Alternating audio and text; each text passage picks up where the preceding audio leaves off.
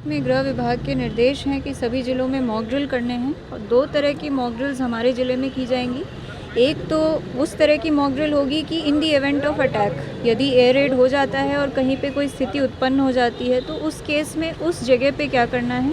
तो एक ये मॉक ड्रिल हमारी दिन के समय की जाएगी।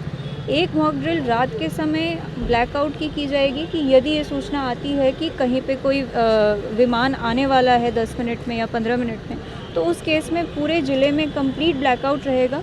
लोगों को ही ध्यान रखना पड़ेगा कि जैसे ही हमारे सायरन की आवाज़ आती है तो अपने घरों के अंदर जाते हुए सभी लाइट्स को ऑफ़ कर देना है। हर तरह की लाइट ऑफ़ रखनी है, उसमें अपने मोबाइल की लाइट, मोमबत्ती, माचिस, इस तरह की लाइट्स को भी ऑफ़ रखना है। घर के बाहर की सभी लाइट्स ऑफ़ रखनी है। यदि गाड़ियों में है तो गाड़ी को साइड में करके हेडलाइट्स ऑफ़ रख देनी है। तो इस तरह के निर्देश हमारे ब्लैकआउट की मॉक ड्रिल के लिए हमने दिए हैं।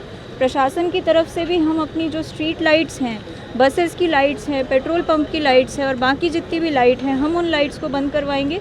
लोगों से ये अपील है कि आप अपने अपने घरों में रहें, कहीं से भी भयभीत ना हो। ये मॉक ड्रिल है, परंतु इस मॉक ड्रिल का यही उद्देश्य है कि यदि बाद में कभी एक्चुअल आपदा आती है तो हम पूर्णतः तैयार रहें।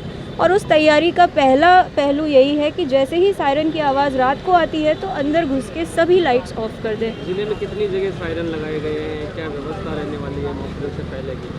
देखिए, हमारे ज़िले में जो भी उपलब्ध सायरन थे वो हमने नगर पालिका क्षेत्रों में डिप्यूट कर दिए हैं, जिससे नगर पालिका क्षेत्र में वो सायरन बज पाए।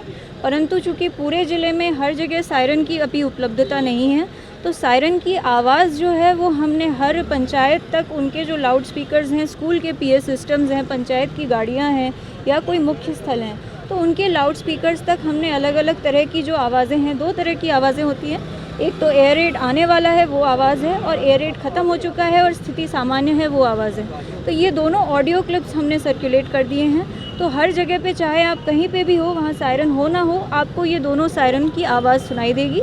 आपसे यही अपील है कि जो पहले सायरन की आवाज़ है, जो रुक रुक के आती है, बढ़ती है, कम होती है, वो आवाज़ सुनाई दे तो आप घरों के अंदर चले जाएं। यदि दिन का समय है तो घरों के अंदर जाएं, अगर रात का समय है तो घरों के अंदर जाके लाइट ऑफ कर दें, और अगर गाड़ी में है तो गाड़ी को साइड में रख दें। और जब दूसरी सायरन की आवाज़ आती है जो कि बिल्कुल हाई टोन पे कंटिन्यूअस चलती है 1 मिनट तक, तब समझ जाएं कि स्थिति सामान्य हो गई है और तब आप वापस से नॉर्मल हो सकते हैं। शांति को लेकर लोगों से किस तरह की अपील करना चाहेंगे? लोगों से मेरी यही अपील है कि ये जो इतनी तैयारी की जा रही है, ये भारत सरकार के द्वारा पहले से ही काफ़ी वृहद रूप से तैयारी की जा रही थी। उसका यही कारण था कि आगे कोई भी स्थिति उत्पन्न होती है तो उसमें लोगों के ऊपर कोई भी हानि ना हो, ना कोई भ्रांतियाँ फैले, ना कोई आशंका हो। तो इसी के लिए इतने लार्ज स्केल पे तैयारी हो रही है। तो मेरी लोगों से यही अपील है कि आज भी जब आप सायरन सुनेंगे या आगे भी हमारे कुछ मॉक ड्रिल्स हो सकते हैं, बिल्कुल भयभीत ना हो।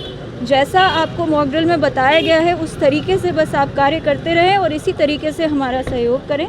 बाकी किसी भी चिंता करने की ज़रूरत नहीं।